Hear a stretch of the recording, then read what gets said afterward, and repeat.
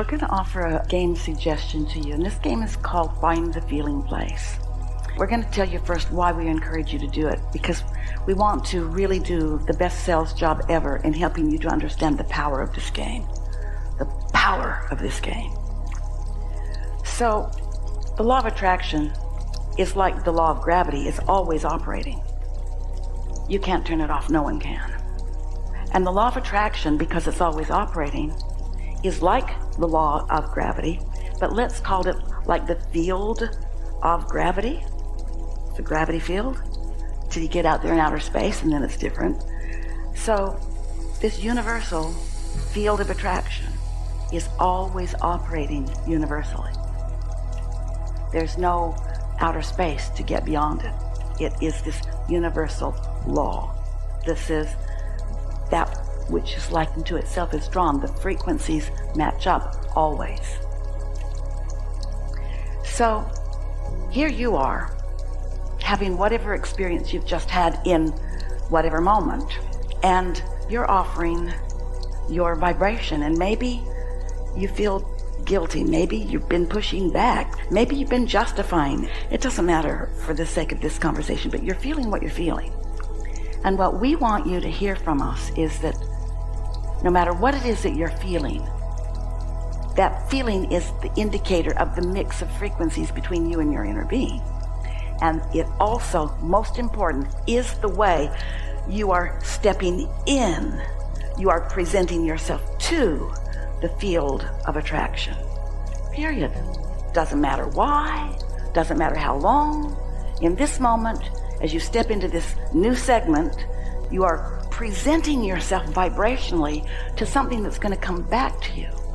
So the more time you are on the treadmill, the more time you are listening to things that feel good, the more time you are reaching for the feeling place that does feel good, the more often you find it so it's easy to return to until it's like a muscle it's just there for you. That's the one that responds to you. Then the more this law of attraction that responds to you will deliver back to you a stream of good feelings on the way to manifestations that are just awesome by your standards and everyone else. That's it. There are so many books that are written and classes that are given about what you should and shouldn't do, and it's so complicated. It's like trying to adjust to the incoming from your airwaves, from your inboxes, from your emails, from all your social medias. In other words, it's just too much to comprehend. It's just a chaotic maze that keeps you in upheaval. And at some point, you've got to step back from the chaos, and you've got to calibrate a feeling within you by feeling your way into the alignment that your source holds. So the game, we call it Finding the Feeling Place. The premise that we're wanting to present here is that you cannot think your way through something, but you sure can feel your way through it, because you created something wonderful in the midst of everything that you've been living there. And there's something wonderful, not just for your next open loops, but for everyone else's too. So, in the way you enter the field of attraction, because you've practiced it, is with love. You see, here's the thing. We want you to know, all of you, how your inner beings are looking at you. Your inner beings are with you in every moment, step by step by step, experience by experience, conversation by conversation. Your inner being is right there, not bored, interested. The difference between you and your inner being is that your inner being is always looking at what you've created, not looking at where you are or where you've been. That's what our friend was talking about earlier.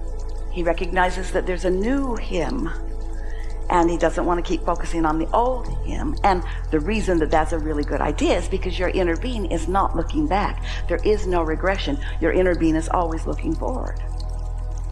So you've decided that this is going to happen. I'm in the middle of this, let's call it deliberate renewal. I'm in the middle of my familiar, meaning family, familiar realignment.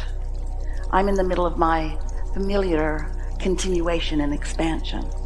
And always will be, and always will be. So when you know what you don't want and you know what you do want, you've contributed all of these, what we've been calling for years, rockets of desires, and you've created a vibrational reality that is all pure positive energy. And your inner being, who never focuses lackfully, is only focused upon wanted, and the law of attraction, who is responding not just to you, but to the inner being version of you, is responding to your inner being. Have you heard us say that one who's in alignment with that source is more powerful than millions who are not? Those aren't even accurate words. It's so much more. When the law of attraction responds to your inner being, who's thinking about you with no resistance, there is a powerful gathering of cooperative components.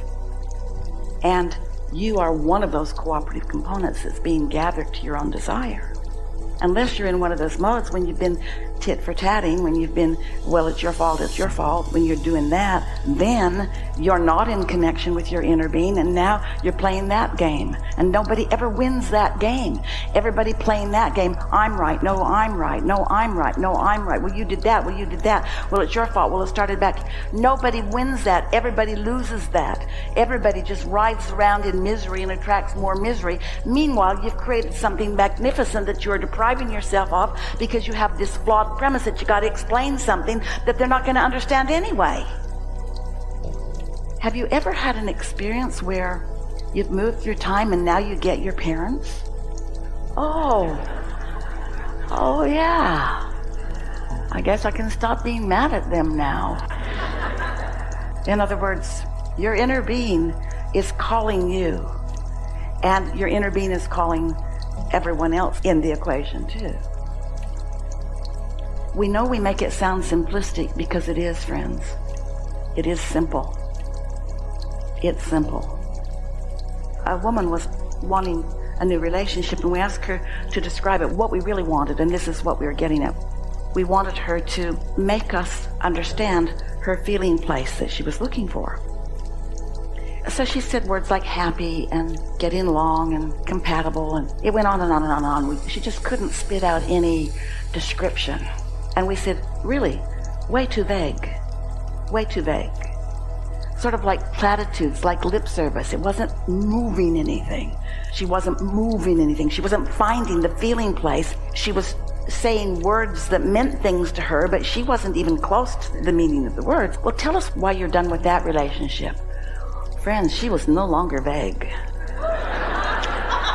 That feeling place was so vivid to her, we had to slow her down before everyone started crying. It was so easy to find the unwanted feeling place, that practice that you're talking about, and so hard for her to find the feeling place is what she was looking for. It's like finding the feeling place of being a millionaire or a billionaire when what you really feel is that you can't pay your rent. And most people think, well, give me $1 million and I'll feel better. And we say for a minute, but it won't last. You have to find a way of finding the feeling place of it. Now, this feels a little confusing because we're asking you to not try to speak your way through it or think your way through it. We're asking you to feel your way through it. We're asking you to find the feeling and let the feeling lead, and then let the feeling inspire you to the words. And they kind of go together, but if your emphasis is upon producing a feeling, not a manifested result, a feeling, that's what you're looking for right now, a feeling. So you might say something like, we're going to speak in terms that so many of you can relate to, as you're looking for this relationship, or as you're looking for being inside of a wanted relationship. I like feeling home. Fill it in with words if you need to. Smells good, feels good, comfort. Comfort. Nice to be in, relaxed to be in, happy to be in, warm to be in, free to be in, easy to be in. See what we're getting at? Find the feeling and then try to define it with other things that bring more to it. That feeling of being with someone who is also home and not depending on me to be there. Someone who is tuned in, who is self-sufficient, who we're good together because we're both powerful attractors, but we're not dependent on each other for the stuff. Now, that was a lot of words, but did you get the feeling of it? So what does that feel like? It feels like, it's awesome, feels awesome, vague, too vague. It feels like freedom, too vague. It feels like being there and not being in trouble. Now, that was a tricky way to go about it, but when you know what being in trouble feels like, feel the other end of that. Feel the assumed. If you know what being in trouble feels like, feel what the assumed not being in trouble is. Being able to follow my own bliss. Being able to follow inspired. Being so tuned in with my inner being that love is dominant. Loving what I see.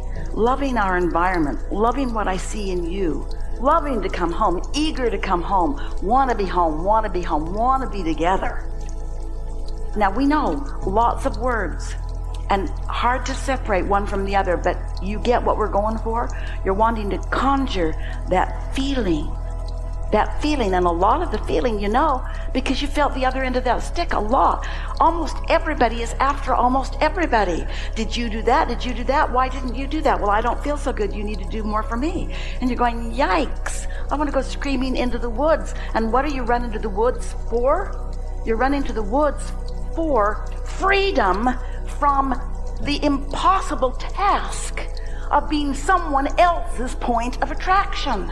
That's what you want freedom from, but you don't get it until you are your own point of attraction.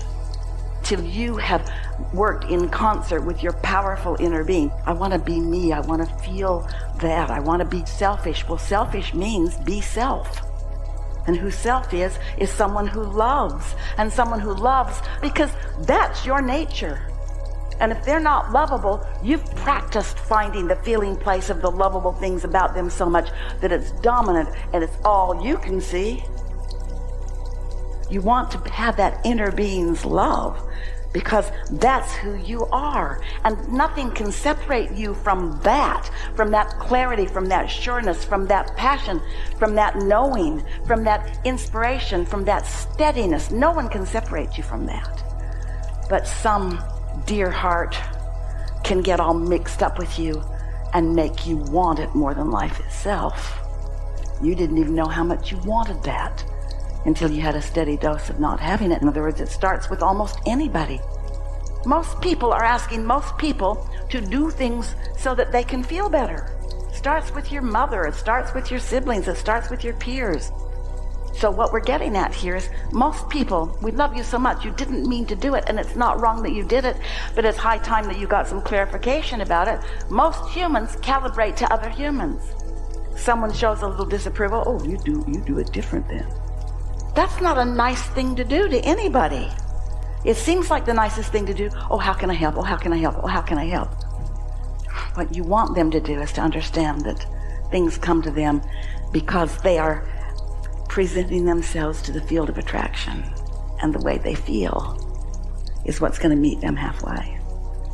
If you let yourself join the hate crowd, then you've gained nothing by your new intentions, because you'll just take yourself with you into the next and into the next and into the next. You got to practice loving everywhere you go. We'll give you the physics of this. When you isolate an emotion and you stay there, whether it feels bad or good, but we're going to assume that it feels good, and you stay there, in only 17 seconds, more like it joins it. It doubles. And in another 17 seconds, it doubles again. And in another. In other words, this exponential attraction is really worth acknowledging. And as you're walking around with that practiced vibration, the law of attraction won't match you up with those who are different from you. So it's going to begin to feel like the world has just become this magnificently transformed place where everywhere you look, there is something in harmony with you. That's how it is. That's just how it works. Because the law of attraction never, ever makes an error, ever. Good to know? Really good.